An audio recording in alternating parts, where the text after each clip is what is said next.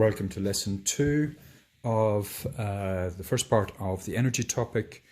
You need to watch this video and then correct what you've done in your pack using a green pen. Make sure that you've added anything that you have missing or that you correct anything that you got wrong. So the first task we had in this lesson was looking at a video which showed a man, a very brave man obviously, who had held a bowling ball close to his face, which was attached by a cord to the ceiling. He then let the ball go. It dropped like a pendulum, swung across the room, swung back, and although the man didn't move, the bowling ball came back up to where he had released it, but didn't go any further, so that he remained safe. So the question is, how does this demonstrate the concept of energy conservation? If you don't remember the video while you're correcting this, you can open up the PowerPoint again and relook at the videos so that what I'm going to say makes sense. So first of all, the concept of energy conservation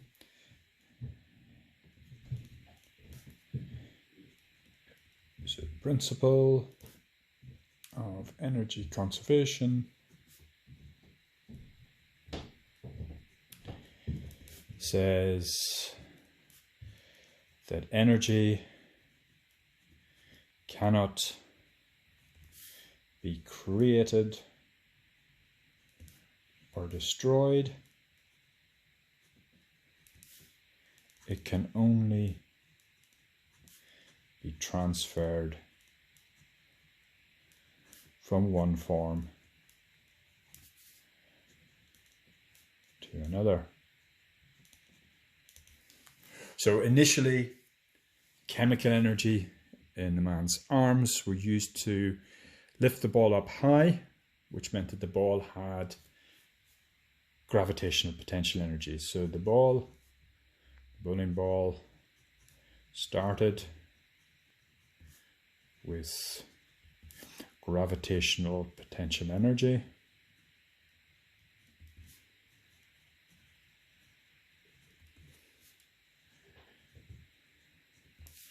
When dropped, this became kinetic energy. So as the ball swings, it starts to move, so that then it has kinetic energy, which goes back to gravitational potential energy.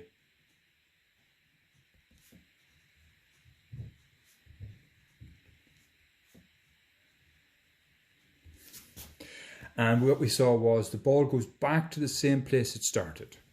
So as it is back where it started,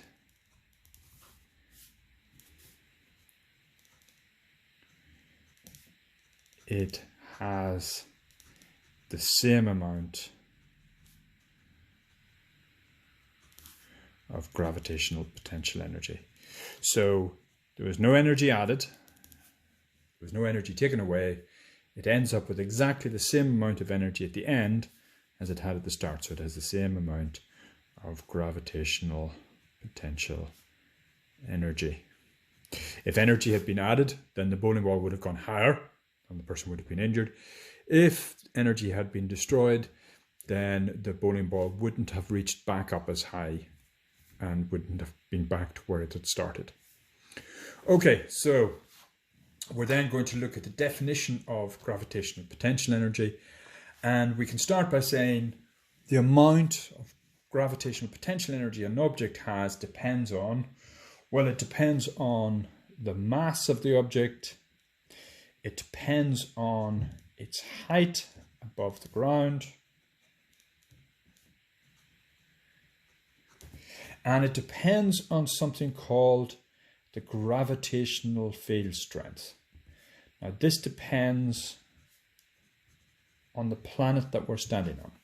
So it has a particular value for the Earth. If we were on a different planet, then it would be a different value. So we can use an equation to express how we can use these three things to work out the gravitational potential energy. And the gravitational potential energy is written as the change in gravitational potential energy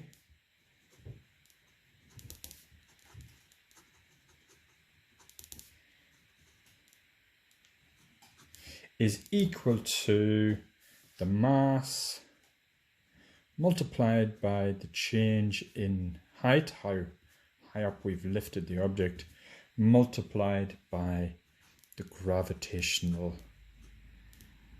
field strength.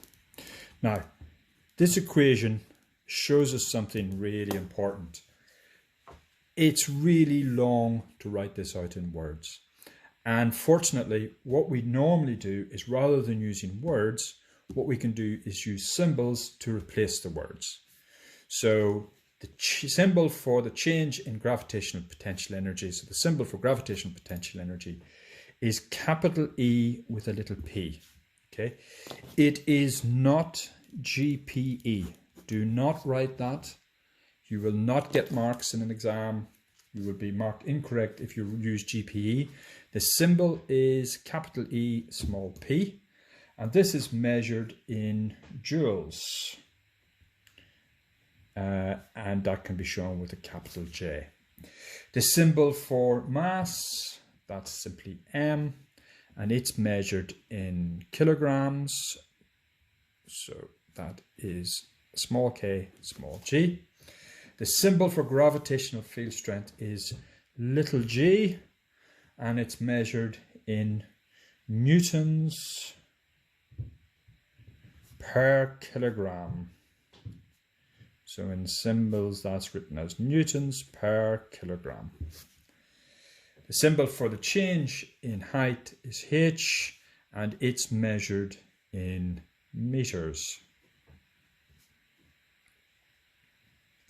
So we can write our equation as EP is equal to mgh.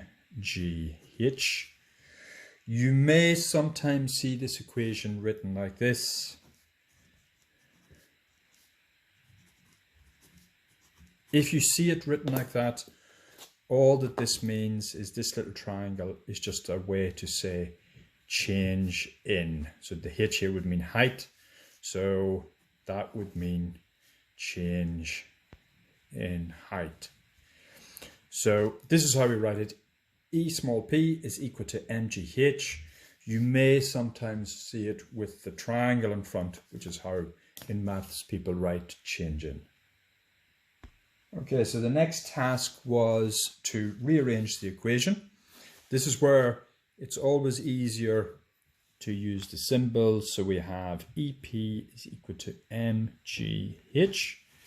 Now, when we rearrange the equation, we need to do the same to each side. I need to get rid of the product of gravitational field strength times height on this side because I want m by itself.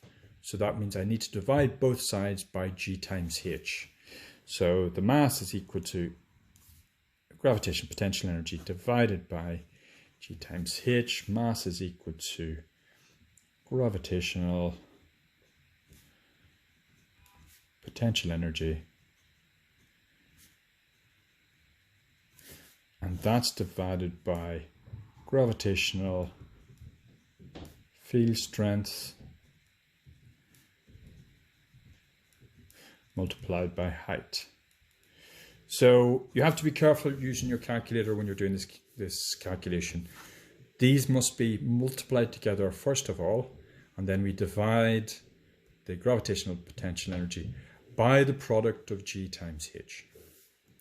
So likewise, to get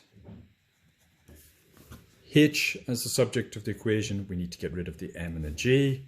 So we divide both sides by m and g, which gives us height is equal to gravitational potential energy divided by m times g.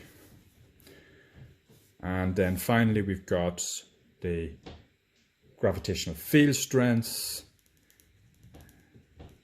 And this time we need to divide both sides by the product of mass times height. I want you to make sure that you have written this out both in symbols and in words. It's important that you realize that the symbols replace the words. So gravitational potential energy replaced by capital E little p, mass replaced by m, height replaced by h.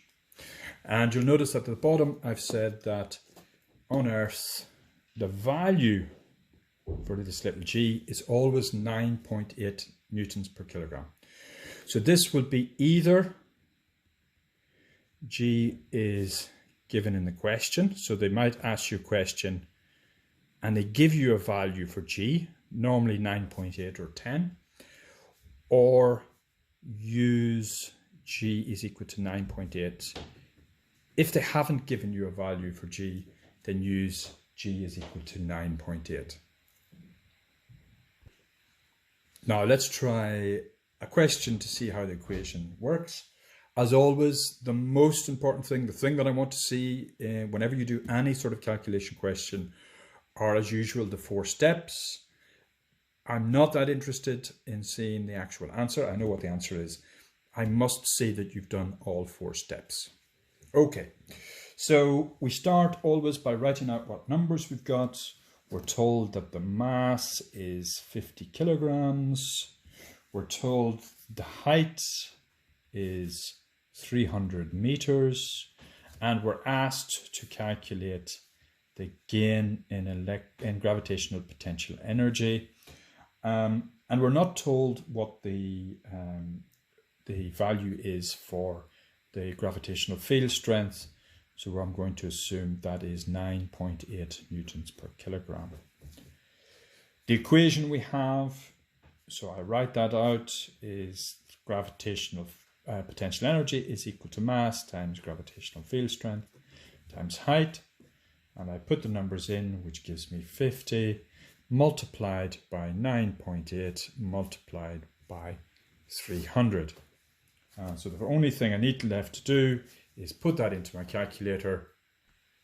So I type in the numbers into my calculator and I get an answer of the gravitational potential energy is 147,000 joules.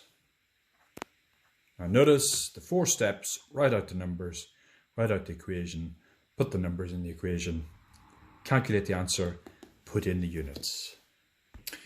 Okay, so we've got a series of questions to do now, and you'll see that in this case they've used a value of 10 for the gravitational field strength, but in each case we're going to do the same steps as we always do. So Maria lifts a mass is 10 kilograms onto a table which is 1.25 meters high. The value for gravitational field strength is 10, and we're looking for gravitational potential energy. GPE here, it's correct to write GPE as an acronym here because this is writing in a sentence, but we do not use this in an equation. So we have our equation, EP is equal to mgh. That means I can put in the numbers, so I've got that is equal to 10 multiplied by 1.25 multiplied by 10. So my answer is going to be gravitational potential energy is 125 joules. Second question. Sophie climbs a ladder 3.4 meters tall. Her mass is 48 kilograms. How much GPE has she gained? So again, our mass we write out is 48 kilograms. The height is 3.4 meters. Gravitational field strength is 10. What is gravitational potential energy? Write out the equation.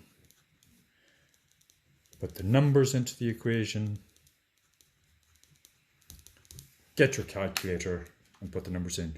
By the way, in physics, we always use a calculator. It's never a test of mental arithmetic. So always use your calculator so that you're sure you're not going to make an arithmetic error. Okay, question 3. We have a man of mass 80 kilograms standing at the top of the tall building. We're told how much gravitational potential energy he has. We're looking for how tall the building is. We know what the gravitational field strength is, and we want a value for h. So EP is equal to mgh. We can either rearrange the equation here, or we can put the numbers in and then rearrange the equation. I'm just going to rearrange the equation. So it gives me that the height is equal to the gravitational potential energy divided by the product of the mass times gravitational field strength. It's very important that you make sure that you only divide this by the product of these when you do your calculation. So I'm now going to put in the numbers. That gives me, I've got 96,000 divided by the product of 80 multiplied by 10. So that gives me, and when I put this into my calculator, what I'm going to type in is I've got 96,000, and I'm going to divide that, and to be absolutely sure that I've done this correctly, I use brackets, 80 multiplied by 10 to give me an answer of 120, and the units are meters. Okay, next question. Parachutist mass is 70 kilograms. Plane is 12 kilometers, so the height is 12 kilometers, but we have to convert that into meters. So that is going to be 12 multiplied by 1,000 meters, gives me the height is equal to 12,000 meters. Gravitational field strength as before is 10 newtons per kilogram, and we're looking for the gravitational potential energy. The equation EP is equal to mgh, so I can put the numbers in, which gives me the gravitational potential energy is equal to 70 multiplied by 10 multiplied by 12,000.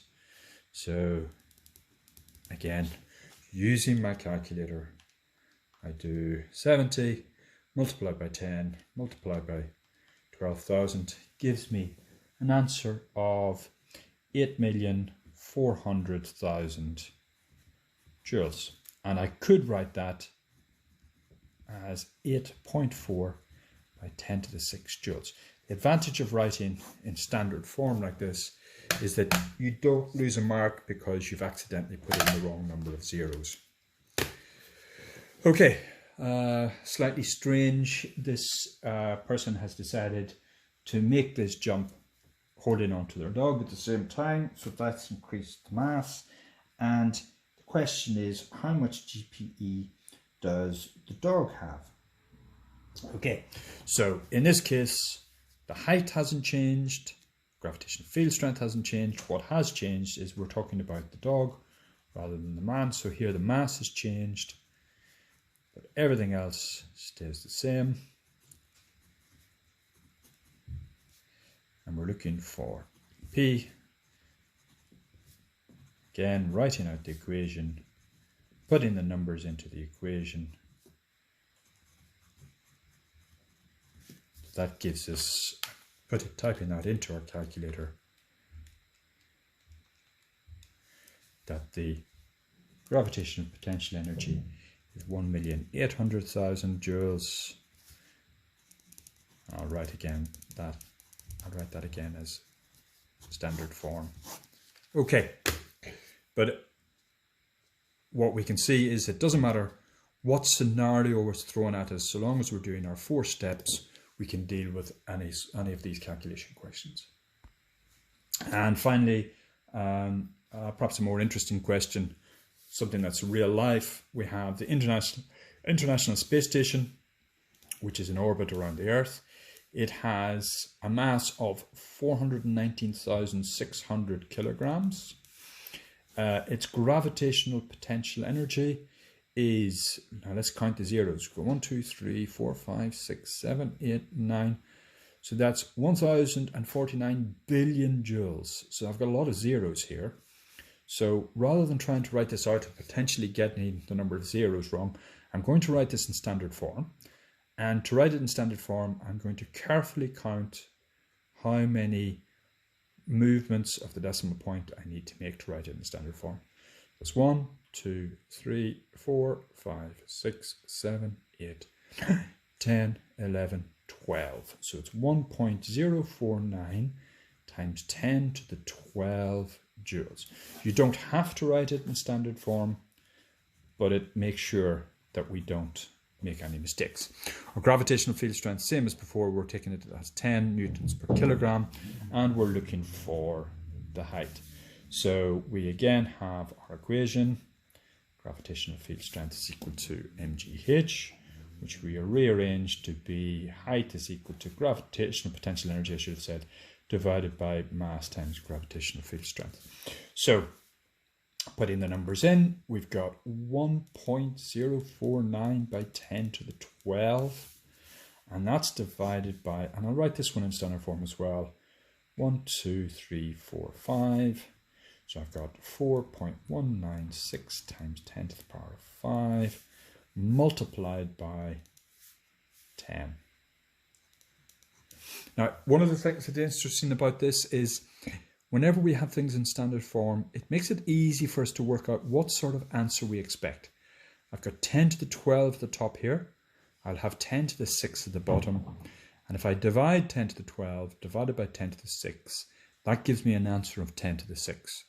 So I'm expecting an answer that's somewhere around 10 to the 6, 10 to the 5, 10 to the 6. Okay, that's what I'm expecting to see. So when I put the numbers into my calculator, that's what I'm expecting to get an answer, something like that. Okay, so in my calculator, I put in the numbers.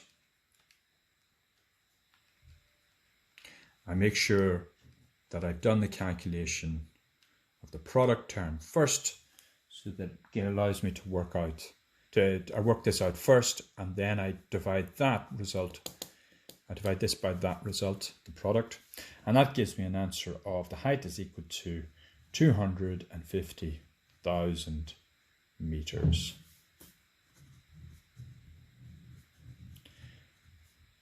And that we can see is sort of the range of answer that we were expecting, because we were expecting an answer of around about 10 to the 5, 10 to the 6 from this calculation.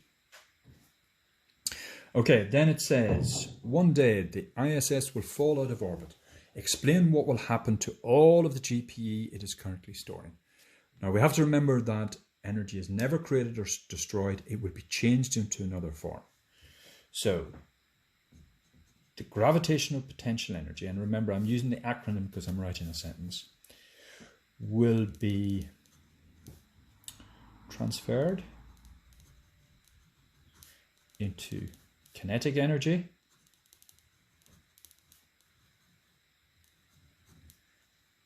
as it moves. So it's falling, so it's going to be transferred into kinetic energy as it falls through the atmosphere. It heats up. That's due to friction. So the GPE is transferred to thermal energy. So what will happen to its gravitational potential energy? It will be transferred to kinetic energy. It will also be transferred to thermal energy. And then if any of it is left when it reaches the ground, it would then be transferred into sound and more heat as it hit the ground. No energy is lost. It's transferred into other forms. Now, when we look at what kinetic energy depends on, so kinetic energy is the energy something has because it's moving, it only depends on two things. So on the face of it, it seems a little bit simpler than gravitational potential energy. It only depends on the mass of the object and on the speed of the object. That's all it depends on. However, the equation is a little bit more complicated, and it's very easy for people to make mistakes when we're doing calculations with kinetic energy. It comes up a lot in exams, calculating kinetic energy, particularly because of the fact that the equation is a little bit more complicated than the standard equations that we have. So let's take a look at it. The kinetic energy can be calculated using the equation, and the equation is kinetic energy is equal to half multiplied by the mass multiplied by the speed squared. So the complication is we have a half term in here, so we have to remember to, whenever we work out from this, we have to have it. And we also have to remember that the speed has to be squared. Okay, so this is what makes this equation a little bit different. Symbol for kinetic energy, very similar to gravitational potential energy. Capital E, but this time with a small k for kinetic. And again, it's measured in joules, capital J. The symbol for mass is M, measured in kilograms. So it's kg. And the symbol for speed is V, and it's measured in meters per second. So we can rewrite this equation as kinetic energy is equal to half mv squared. So the square term obviously makes this rearrangement a little bit more complicated. So let's take a look at what happens when we try to rearrange this equation. So first of all, we have kinetic energy is equal to a half times the mass times v squared. If we want to get an equation just in terms of the mass, we have to get rid of the half term. We do that by multiplying both sides by 2.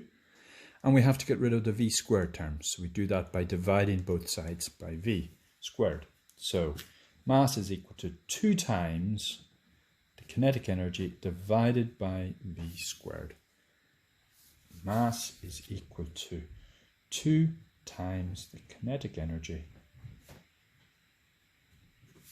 divided by the speed squared. So where people go wrong often is they forget that they have to multiply the kinetic energy by 2, or sometimes they have the kinetic energy instead of multiplying by 2. So it's important to do that rearrangement correctly. Then we have, what about if we're trying to work out the speed? Well, here, once again, we need to get rid of the half, so we're going to need to multiply both sides by 2. And we need to get rid of the mass, so we need to divide both sides by 2. But that will give us v squared, not v. So v squared is equal to 2e k over m. So in order to get the speed, we need to take the square root of all of that. And again, this is what makes this equation more complicated to use. So speed is equal to the square root of, so we need to take the square root of whatever we're going to calculate here, 2 times the kinetic energy divided by the mass. So this is why this equation tends to come up a lot, because it's a little bit more complicated to use when you're trying to calculate this mass or the speed. So let's take a look at some questions. Here we've got an arrow of mass 0.1 kilograms is fired at the speed of 70 meters per second. Calculate the kinetic energy in all 4 steps. So the mass is equal to 0.1 kilograms. The speed is equal to 70 meters per second. We're looking for the kinetic energy. So we've got EK is equal to half mv squared. And if I put the numbers in, that gives me a half multiplied by 0.1 multiplied by 70 squared. And that would give me an answer of, and you need to make sure that when you do your calculation, that you only square the 70. You don't multiply these 3 numbers and then square that. So I've got 70 squared, which is 4,900, multiplied by 0.1 and multiplied by a half, which gives me an answer of 245 joules. As with the gravitational potential energy, we're going to practice this with a number of questions. So question 1, we've got a bull that has a mass of 700 kilograms. It's running at 10 meters per second. How much kinetic energy does it have? So we're looking for the kinetic energy. I write the equation. Squared. I put the numbers into the equation. I've got a half multiplied by 700 multiplied by 10 squared. So that gives me the kinetic energy. Putting all of that into a calculator, I get an answer of 35,000 joules. Next question. Here I've got an armadillo and also a large animal is 500 kilograms. It's moving at 5 meters per second. How much kinetic energy does it have? I'm looking for the kinetic energy. Once again, EK is equal to half mv squared.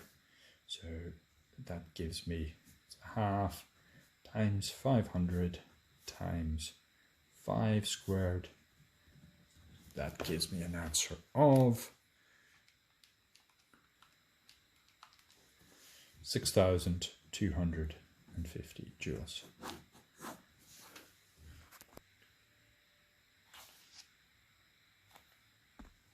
Okay, so the final two questions using gravitational potential energy and kinetic energy. So it says the bulb of a large pendulum has mass of 30 kilograms. So this looks like the video that we watched right at the start of the lesson. The change in height as it swings is 0.5 meters. Calculate the change in gravitational potential energy when it moves from its highest to its lowest point. Okay, so we're going to use our 4 steps. We've got the mass is 30 kilograms. The change in height as it swings is 0.5 meters. We haven't been told what the gravitational field strength is, so I'm just going to assume it's 9.8 meters per kilogram. And I'm looking for the change in gravitational potential energy. Just to make things clear for myself, I'm just going to put in a little diagram to let myself know what I'm looking at. This is what happens with the pendulum. So it swings from one side to the other. And this is my height from its highest point up here to its lowest point down here. So my equation is the gravitational potential energy is equal to m times g times h. So putting in the numbers, that gives me 30 multiplied by 9.8 multiplied by 0.5.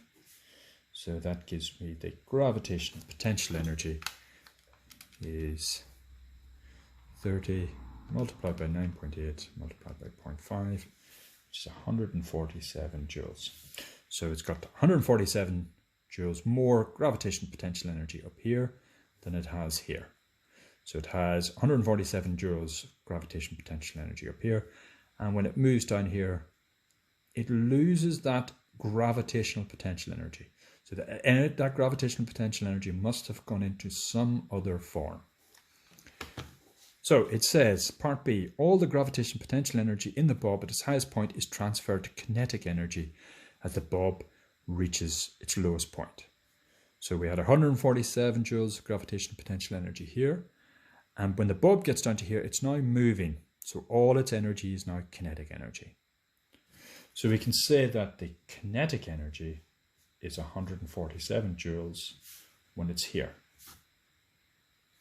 Calculate the maximum speed. Well, we know what the mass is and we want the speed. So the equation is EK is equal to half mv squared. So I can rearrange that to give me velocity speed is equal to the square root of 2 times the kinetic energy divided by the mass.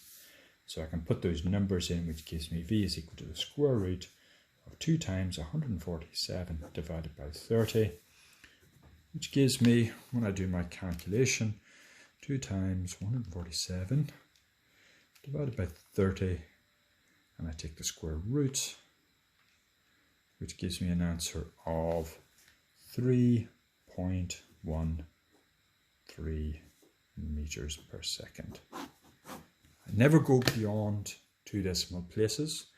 Normally we use the same number of decimal places as we have significant figures. So I could be justified, for example, in writing this as either 3 or 3.1, because I have one significant figure here.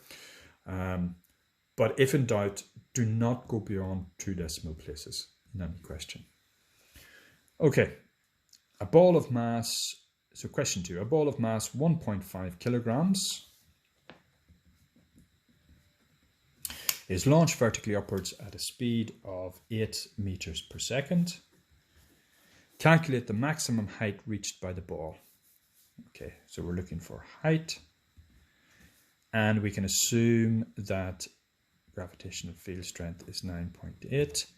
And it says give your answer to 2 significant figures. Now, it tells us what sort of answer we want. Okay, so we want to calculate the maximum height. So let's think about the equations that we've got. We've got mass, we've got velocity, we've got height. That's what we want to calculate, and we know what g is.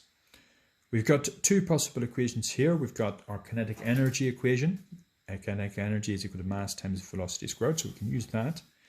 But we want to get height. That doesn't allow us to calculate height. To calculate height, we need to use our gravitational potential energy equals mgh. So this question, we're going to have to use both equations. So let's think about what's happening here. The ball is launched upwards at this speed of 8 meters per second. And it's going to go up into the air, and it's going to reach some point at the top, and then it's going to come back down again. And when it's up here at the top, the velocity is 0. Because it's moving here, it's got kinetic energy, but up here, the kinetic energy is 0. So the energy cannot be destroyed. It had to be transferred into another form, which means it's now the gravitational potential energy of the ball is equal to this kinetic energy. All the kinetic energy is transferred into gravitational potential energy. So the first thing we need to do is we're going to work out the kinetic energy given by this equation. We put in the numbers. We've got 1.5 multiplied by 1.5 multiplied by 8 squared, which gives us our kinetic energy right at the start was 48 joules. Then we can say that the potential energy is equal to the kinetic energy. Here, all the kinetic energy has been transferred into gravitational potential energy, so that gives us the gravitational potential energy is equal to 48 joules. Our equation for gravitational potential energy is equal to mgh. We're looking for height, so I can rewrite that as height is equal to gravitational potential energy divided by m times g. Put the numbers in. That gives me 48 joules at the top divided by the product of 1.5 multiplied by 9.8. So that gives me an answer of 48 divided by, and remember it must be the product of 1.5 times 9.8. Gives me an answer of h is equal to 3.265306122 meters. Now, when you put this into your calculator, you're going to find that the calculator will probably give you this with a recurring sign on the top of the 2. You must not write it like that. Remember what I said, we only ever have maximum 2 decimal places. And in fact, in this question, it said give it to 2 significant figures. So the answer is the height is 3.3 meters. That's what you write as your answer.